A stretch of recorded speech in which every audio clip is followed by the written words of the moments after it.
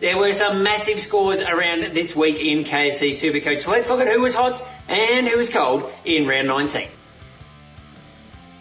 The highest scoring team in KFC SuperCoach this week scored over 2,900 points, which is just insane. And one of the keys to their success was putting the vice-captaincy on Charlie Curnow. Now, we know he had a good matchup against the Eagles, and he absolutely delivered. 10 goals will always get you a truckload of KFC SuperCoach points. 178 for Charlie, so that's 19 goals and a combined 364 points in his 2 games against the Eagles this year. Great to pinpoint that matchup, but he's been in great form, scoring 90 points or more in his last 4 games. Last week, I put the acid on James Sicily in this video after a very disappointing score, and he was obviously watching because he responded in a massive way against the Tigers, taking an equal AFL record 10 intercept marks on his way to 171 KFC SuperCoach points. So if you average that out with his 58 from last week, doesn't look too bad. And then he's got St Kilda this week. He scored 172 against the Saints last time. So I wasn't quite brave enough to do it this week, but next week I might have to make him my captain.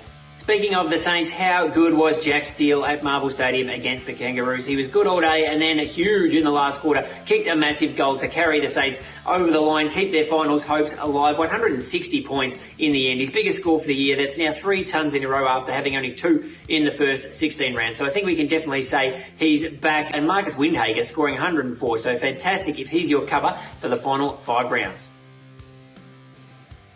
Who was cold in round 19? And this is purely going off the score. I'm not having a crack at this player at all because Will Ashcroft has been one of the buys of the season, but it was really horrible to see him go down clutching his knee, and then turns out it is an ACL injury. So he's out for a year. That's just absolutely shocking, like for any player, and especially a guy in his first year who's probably going to win the Rising Star Award. He's been so good. He's gone up $307,000 off his starting price to $510,000. So if you've still got him and you need to trade him, you can get plenty of good players for that price.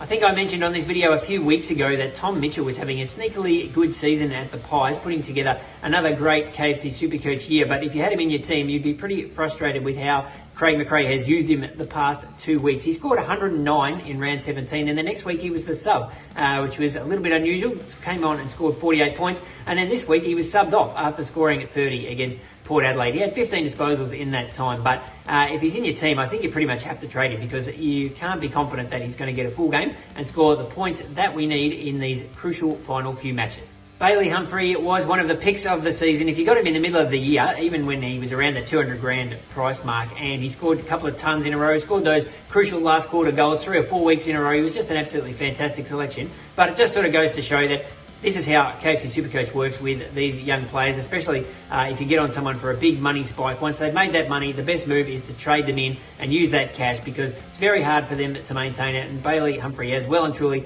hit the wall, played a full game for Gold Coast on the weekend and scored 12 KFC SuperCoach points. He had 6 disposals against GWS, but he did do better than Denver Granger Barras at the Hawks, who was subbed off after half time with 0 disposals and 0 KFC SuperCoach points.